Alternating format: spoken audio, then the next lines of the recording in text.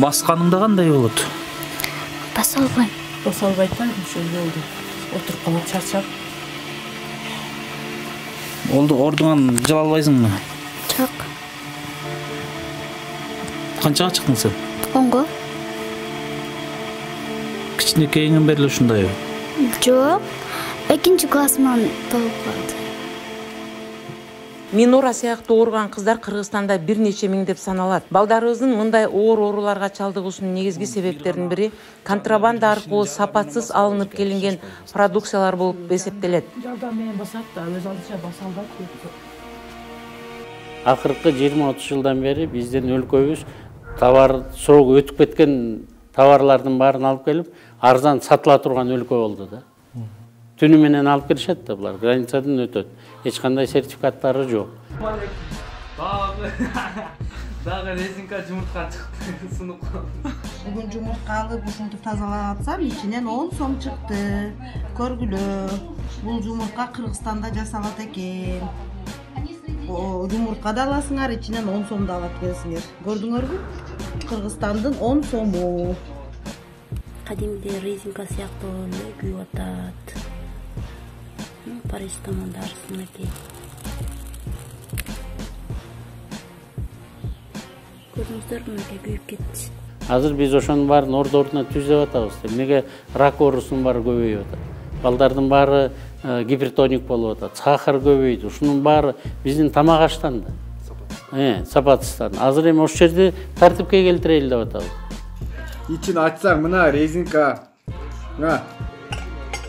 Rezinka tukum emesken. Жанагы Кытай жасап аткан тукумдар бизде ошто уже жасалып атат экен. Уже эмес, биз канчадан бери жеп атабыз, билбей атабыз, может. Сен ушу сапатсыз товарды кимден алдың деп биз билишибиз керек. Отравление болуп калса, же болбосо жанагындай балдарыбыз ооруп атса, биз ар бир жерде мына тартип болмоюнча бар экономикада көчпөйт. Мынакей бу Залина кызымды bir комнатка өзүнчө жаткызып коём. Өзүнчө жатат, кыймыл аракет дагы эле жок.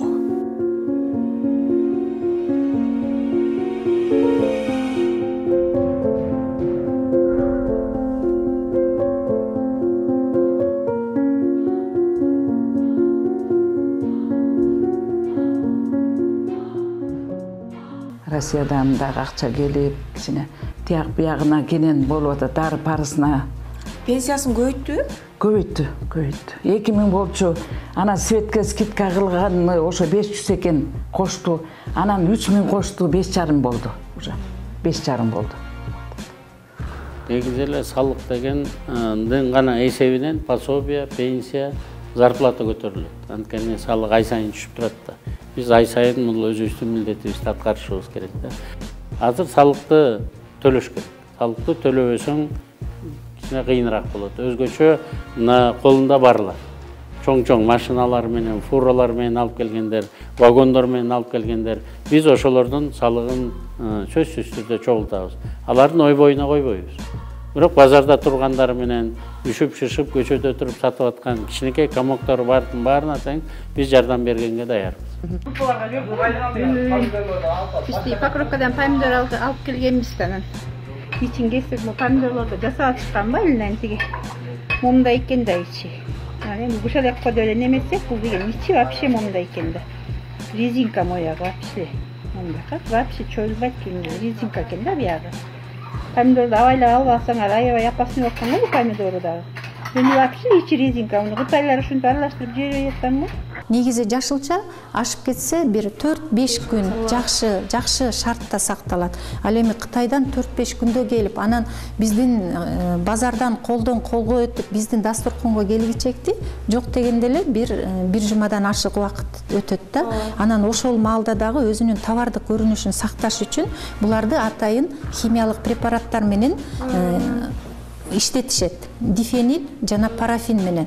Кандайдыр бир мамлекет тарабынан, тиешелүү мекемелер тарабынан, уюмдар тарабынан өзүнчө бир текшерүү, контроль болуп жатса керек деген бир ишеним гана бар. Ал эми чет өлкөдөн келген тамак азыктарын биз ал кандай шартта, кандай адамдар менен, кандай кошулмалар менен өскөнүн биз билбейбиз. Бир гана суранып атабыз, электрондук счет фактура менен ошо товар уурдалган эмес, контрабанда эмес, ушу таза товар экенин көрсөтүп бизге айтып койгула деп атабыз. 21-жылы 1000ге жакын вагон жыгач алып келиптир. Эч кимде жок, көрүнбөйт да. Булар станция логовойго алып келет.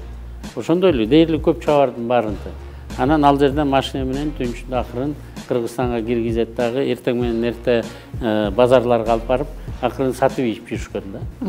Мына биз ошолордун баарына азыр жана цифровой технологиялар болуп калды да. Россиядан бизге кайсы товар жылганда биз уже көрүп атабыз. Казакстандан кайсы товар жылып атса, биз көрүп атабыз. Кыргызстанга келгенден кийин айтып атабыз. Сен товар кана? Десең, мен баланчага саттым дейт. Анда электрондук счет фактураң кана? Ошентип биз азыр 5 триллион 800 миллиард сомго чейин товар жылганын көрө баштадык да. Анан акыркы товар кимге барат? Мына ошол эки базарда турган сатып атабыз же кайсы магазинде сатып атат, биз көрүп атабыз. Анан ошол алып келген кишиден ошого жараша НДСин, салыгын, кирешелердин баарын акырын ошого караштырып, ошого жараша салыгын ала баштадык. Биз ошолордон эң көп салыкты ошолордон чогултуп атабыз. Биз карапайым элден чогулткан жерибиз жок.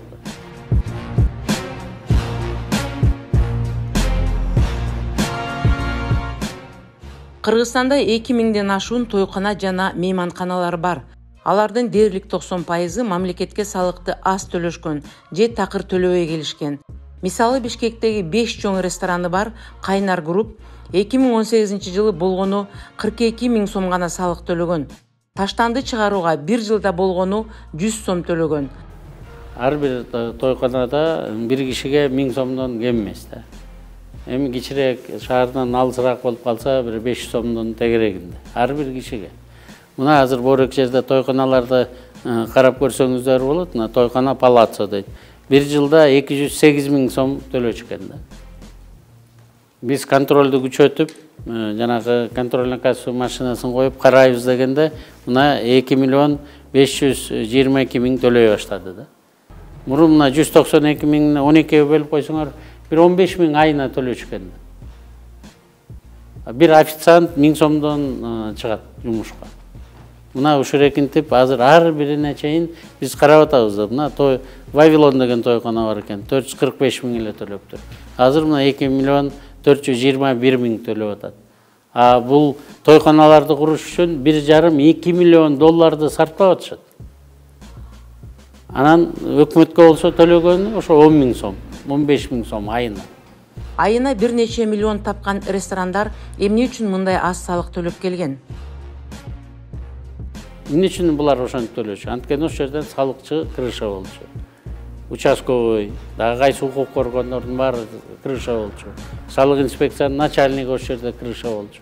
Акими крыша болчу. Баары болуп алып, үстүнөн акчалардын баарын ушу 2,5 миллион сомду чөнтөктөрүнө салып коюшчу. Биз азыр ошо чөнтөккө салдырбай, эч кимге жедирбей, политическая коррупция деп коет. Ошону демонтаж кылып атпайбызбы? Ал эми башка ресторандардын ар бири 2021-жылы болжол менен 200 000 салык төлөсө, 2022-жылы ККМ аппараттарын орноттургандан кийин 2,5 миллион сомдон салык төлөй башташкан.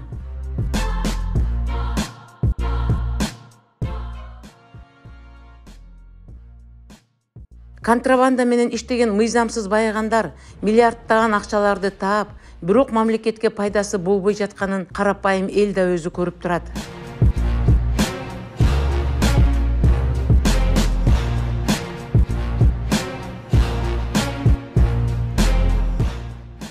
Баары орду менен, ирети менен боло баштады. Баары жакшы болот. Салыкты салган төлөгөндү дагы үйрөнөбүз.